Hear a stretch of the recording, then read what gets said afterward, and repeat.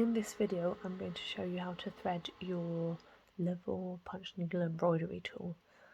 So every Lavor punch needle comes with this metal wire. All it is really is a piece of jewelry wire, so if you lose it, you break it, it bends out of shape, then it's really easy to replace.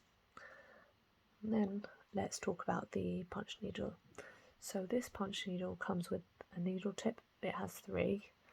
I am using the largest one for this video, but they're all the same. And then you've got this recycled plastic handle.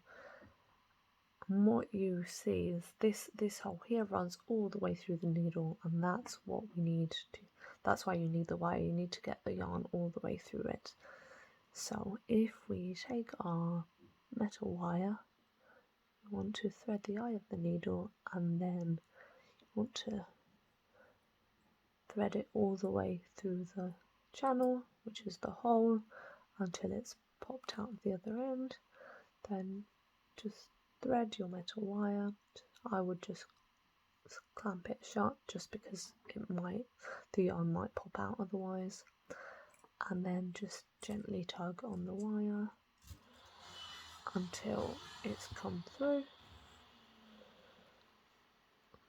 Then just remove this wire, and finally you just want to pull back the yarn so that you've just got a little tail of yarn coming out of the needle, so that you're ready to punch.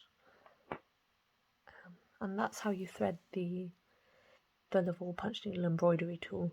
To be honest, every single Lavor needle is threaded the same, so once you learn how to thread this one, then you're good to go with every single needle.